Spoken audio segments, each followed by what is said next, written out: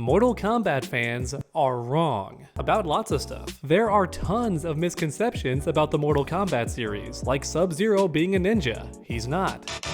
Or Jax getting his arms ripped off in the original games. That never happened. This famous symbol on screen, not the Mortal Kombat symbol. Nope.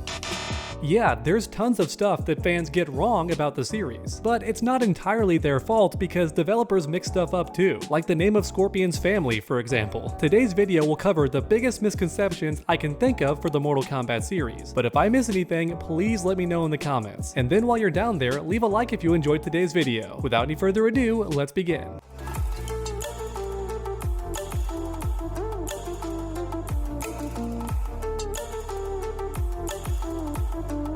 First up, Jax was not missing his arms in earlier games. You know the Mortal Kombat Annihilation movie that everyone makes fun of? Yeah, it was actually right about Jax. He wears cybernetic implants. He never lost his arms. Jax never had his arms ripped off or damaged from combat. That never happened. That's why in some games you can play Jax without his cybernetic arms because they come off. In fact, in the original timeline, there's only one game where Jax is missing his arms, and that game is Armageddon.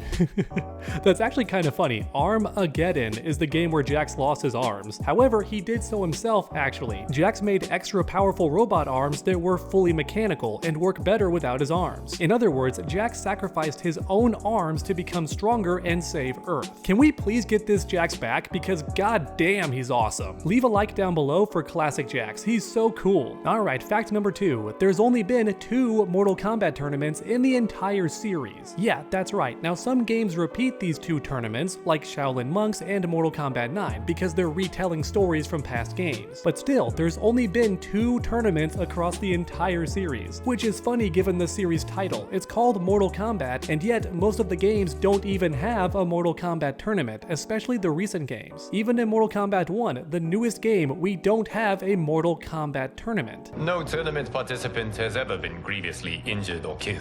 I would never send my champions unwittingly into Mortal Kombat. So yeah, that's another misconception. Many fans think that every game has a tournament of some kind, but nope. Next up, let's talk about Sub-Zero, who's not a ninja. And the older games actually state this outright. Greetings. I see the ninja has been successful in retrieving my man. Let's get something straight. I am not a ninja. I am Lin Kuei. Scorpion was a ninja.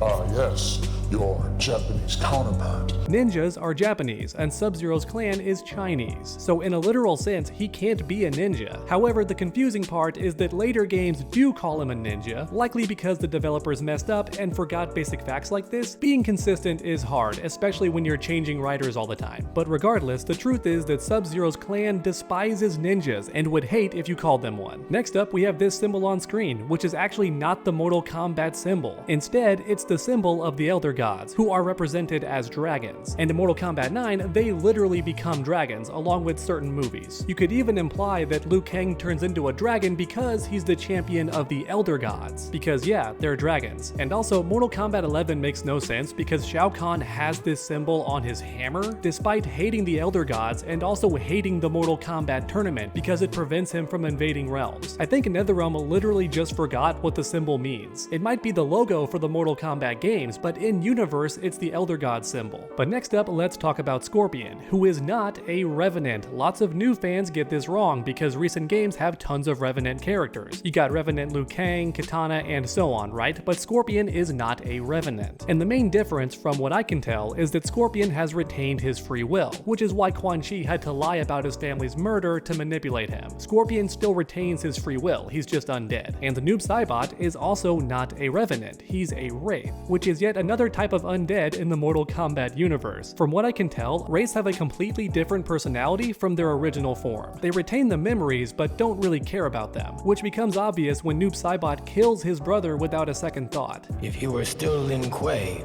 still human, he would probably have shown some degree of pride. Noob Saibot, the original Sub-Zero, had descended into the Netherrealm free from compassion. Bi-Han never would have done that.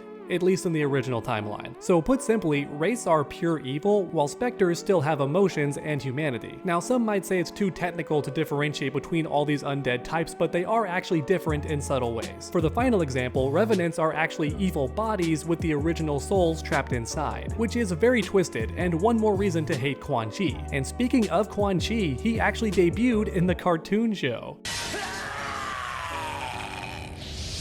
That's right, he's not from the games originally, very similar to Harley Quinn. She's a famous Batman character, but actually from the cartoon and not the comics. And for a fun bonus fact, Shinnok debuted in Mythology Sub-Zero and looks completely different. Thank God they changed this design, I don't like it. It's honestly fun to research which Mortal Kombat characters debuted in a different medium. Next up, let's talk about Raiden, who is not a demigod, he's just a regular god. Even the most recent games get this wrong from time to time and make things even more confusing. You have regular gods, and then you have the elder gods that are much more powerful, but still Raiden is 100% god. He's not mixed with humans or any other race of being. However, Edenians are actually demigods, as in they descend from gods like Argus. In fact, I think Rain is a recent descendant of Argus, which makes him more demigod than some other demigods in the series, but I think most Edenians are part god to some extent, which is why they live so long and have magical powers. Alright, next up is Sub-Zero, my favorite character, whose ancestors are from Outworld. That's right, the entire reason Sub-Zero can use cryomancy is because he's part Outworld. Literally every cryomancer in Mortal Kombat technically comes from Outworld. So despite fighting for Earthrealm in the Mortal Kombat tournaments, Sub-Zero's lineage is from Outworld. However, I'm not sure how many characters actually know about this in the games, but Kuai Liang himself learned about this in Mortal Kombat Deception. In fact, even the armor he wears is from Outworld too. So next up, let's talk about Scorpion, whose family has been renamed for some reason. Their original names were Jubei and Kana, but in later games, Scorpion calls them Harumi and Satoshi. And I'm not sure if that's because the writers forgot the original names or simply wanted to change the names for some reason. And if the names were changed for personal reasons, I would like to know why, because that's kind of interesting. Next up, let's talk about Shang Tsung, because there's one aspect of his character that people always get wrong. Shang Tsung is a master of soul magic, however, he doesn't need your soul to transform into you. And we know this because he transforms into Kung Lao in the Deadly Alliance opening, despite never killing Kung Lao. The reality is Shang Tsung has mastered all kinds of sorcery. He can shoot fireballs from his hands for Pete's sake. It's not always soul magic. However, many fans still get that wrong. They assume that if Shang Tsung transforms into somebody, it means he's taken their soul. But no, that's never been the case. In fact, another example is Shaolin Monks, where Shang Tsung is impersonating Raiden for a good part of the game. And I can assure you that Shang Tsung has never killed Raiden, ever. Next up, let's talk about classic Kano, who is not bald. NetherRealm is working really hard to gaslight people into thinking he was. But no, look at the gameplay on screen. Kano literally has hair in the first Mortal Kombat game. You can see for yourself right now. I don't get why NetherRealm likes to pretend that OG Kano was bald. For example, in Mortal Kombat X, if you pick his classic costume, he's bald, when he definitely should not be, and something similar happens in Mortal Kombat 11, which once again is incorrect. Kano was not bald in Mortal Kombat 1. I don't think he lost his hair until Trilogy. Next up, let's talk about Sub-Zero in Deadly Alliance, because he has white hair, which caused many players to think he was really old. But actually, it's the Cryomancer medallion that made his hair white like snow. Sub-Zero's age is roughly the same as other characters like Liu Kang and Johnny Cage. He just has white hair because of magic. Now, if you're wondering why Frost has magical hair too, the game never explains it, so you're out of luck. You might think it reflects her cryomancy powers and that she's just really strong, but nope, that's not the case, because she tried to steal Sub-Zero's medallion to get stronger and it froze her solid because she's too weak. Next up, let's talk about Shao Kahn, because many fans think he's all about brute strength. However, Shao Kahn is actually a sorcerer himself. The guy is really smart and actually a master of soul magic. The only reason Shang Tsung knows soul magic at all is because Shao Kahn taught him how to do it. That's right, Shao Kahn was the original master of soul magic. And for another fun fact, in Mortal Kombat 11, it's revealed he taught Scarlet how to bloodbend. That's right, Scarlet only knows blood magic because Shao Kahn taught it to her. However, it's worth noting that's a retcon because originally Scarlet was blood magic, like her entire body and existence was blood magic. But still, canonically, Shao Kahn taught her blood magic due to the retcon. Finally, to end today's video, I wanted to talk about the One Being, because he's actually the real villain of the series. When Shao Kahn starts merging realms, that's because the One Being is influencing him into doing it. He's pulling a Jedi mind trick and does the same thing with Onaga. Originally, the Dragon King had no interest interest in merging the realms. But after getting more powerful, the One Being's like, yo, I want you to merge the realms. And then boom, out of nowhere, Onaga wants to merge realms. This actually gets stated directly in the Midway games too. It's not just a theory. Believe it or not, the only reason Shao Kahn and Onaga want to invade other realms is because the One Being wants them to. And for anyone wondering why, once enough realms get merged, the One Being is powerful enough to merge everything and make himself whole, which would actually end all life itself except for the One Being's life, because anything and everything that exists in the Mortal Kombat universe came from the One Being except for the Elder Gods. For whatever reason, they're separate. I'm not sure why. But alright everyone, there you have it, the biggest misconceptions I could think of throughout the Mortal Kombat series. But if you know of any others, let me know in the comments down below. Thank you so much for watching, and I hope you enjoyed. If you did, please leave a like down below, it helps the channel out a ton. And then finish that combo by subscribing and ringing that bell so you never miss any future videos. Make sure to come back next time, and as always, stay underdogs.